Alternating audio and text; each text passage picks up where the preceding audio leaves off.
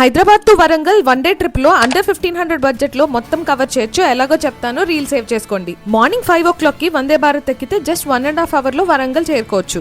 మా first stop Bhadrakali అమ్మ temple. 1400 సంవత్సరాల క్రితం టెంపుల్ ఇది. కాకతీయ రాజులు అమ్మవారిని తమ కులదైవంగా పూజలు చేసేవారని చెబుతారు. అమ్మవారి విగ్రహం 9 అడుగుల భారీ విగ్రహం. ఎంత అందంగా ఉంటుందో నేను అసలు మాటల్లో చెప్పలేను. 8 చేతులతో ఆయుధాలతో ఉన్నప్పటికీ అమ్మవారు చాలా ప్రశాంతంగా అనిపిస్తారు. ఇదే అమ్మవారి గర్భగుడి. కుదిరితే ఈ అమ్మవారి అభిషేకం చూడండి, చాలా అద్భుతంగా ఉంటుంది. అమ్మవారు కళ్ళు మూసుకుని తెరిచినట్టే అనిపిస్తుంది. Next stop 1000 pillar temple. ఈ ఆర్కిటెక్చర్ కి అయితే అసలు no words.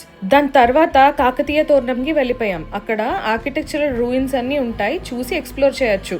Bhadrakali lake, Warangal fort, Kakatiya rock garden లాంటి ఇంకా వేరే ఇంట్రెస్టింగ్ ప్లేసెస్ కూడా ఉన్నాయి. ఇవన్నీ ఎక్స్ప్లోర్ చేసుకుని 9:15 కి వందే భారత్ ఎక్కేసి హైదరాబాద్ కి వచ్చేయచ్చు. ట్రైన్ డీటెయిల్స్, బడ్జెట్ తో పాటు ఫుల్ గైడ్ కావాలంటే గైడ్ అని కమెంట్ చేయండి, మీ DMs కి పంపిస్తాను.